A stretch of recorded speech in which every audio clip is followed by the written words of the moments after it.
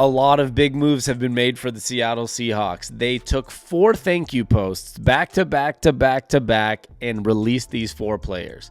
They put out thank you statements, making it clear that this time is over with the Seahawks. George Fant, Rayshon Jenkins, Draymond Jones, and Roy Robertson Harris. This will save the Seahawks a lot of money. There's some reports saying $26 million roughly, and some reports saying $28 million. But there's somewhere between $26 and $28 million in cap savings, and that is going to be a huge deal for the Seahawks. We know the Seahawks have had a really big problem when it comes to cap space. According to Over the Cap, they were already at minus $7 million in cap space, and they had to make some moves to figure it out, and it was really important to do so. I know some of these players were all right. Draymond Jones was kind of a disappointment coming from Denver, but he's been all right. George Fant, he's getting a little older, injury prone. Rayshon Jenkins was also all right, but it was time to go. And Roy Robertson Harris was a midseason acquisition from the Jaguars. I don't think it's really a big deal letting him go. It didn't work out maybe as they thought. But the biggest one here, cutting Draymond Jones or releasing Draymond Jones before the June 1st deadline, saved $11.5 million. Let's go through some of these. $11.5 million for Draymond Jones, Rayshon Jenkins at $5.2 million, Roy Robertson Harris at $6.6 million in savings, and the last one, I don't even know where he is on the list. Okay, Draymond Jones at $3.8 million. This is a pretty decently big deal for the Seahawks. I think none of these players are big enough impact players that I can disagree with any of these moves. It was necessary. They need the money somewhere. I think we can survive on the defensive line without Roy Robertson Harris or Draymond Jones. That's not a big issue for us. You want to see guys like Uchenna Nwasu restructured and he's coming back. Boye Mafe's there. I want to see Jaron Reed back. You have Byron Murphy coming for his second season next year, so you can see how his improvement comes. He's probably going to get a lot more snaps and hopefully be a little healthier. In the secondary, Kobe Bryant and Julian Love have been good. I don't know if you needed Rayshon Jenkins. And offensive line, George Fant just gets hurt. So does Abraham Lucas. That's why we had George Fant, but I think we're going to probably find some other solutions. The big thing here for me is, with this $26 to $28 million, it's pretty simple what the solution or what the method of use should be for this saved money.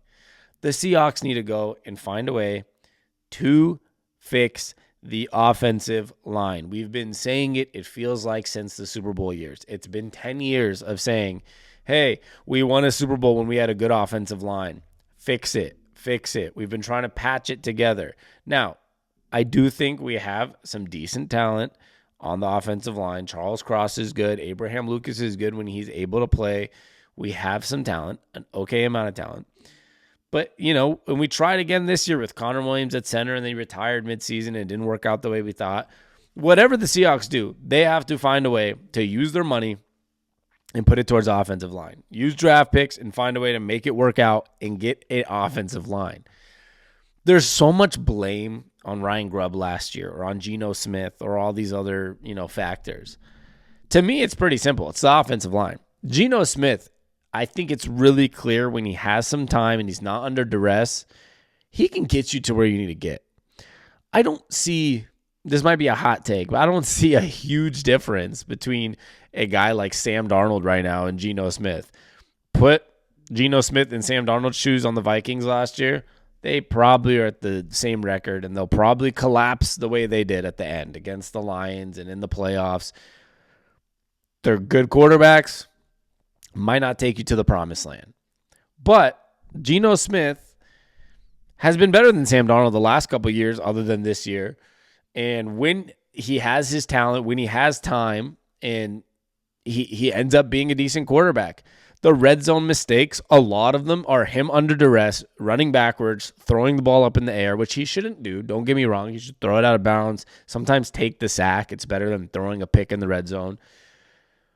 But it's really not always been his fault. It's not like he's sitting there in a wide open, clear pocket and is like, let me just throw it straight to this guy. It's been under duress. It's been under like getting hit multiple times, having 2 or 3 seconds only to throw the ball, and just, right when he's done with his drop back, it's like somebody's pressuring him on his back. Nothing he can do about it. So I don't think he's been the problem with the offense.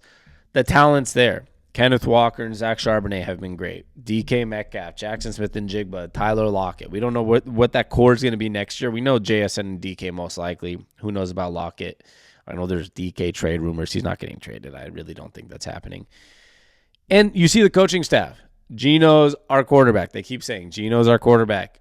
Mike McDonald said it's crazy when somebody asked him about like all the discourse about blaming Geno Smith. He said it's crazy. I promise you they probably know more than us, the fans who claim Geno sucks.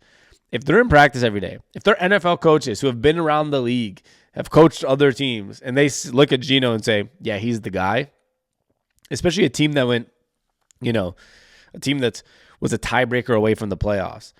They're not in tanking mode. So don't take this as a they're just saying he's the guy and then they're just tanking. No, they believe he's the guy. Overall, it doesn't matter who you point blame at, whether it's Geno, whether it was Ryan Grubb, whether it was Mike McDonald.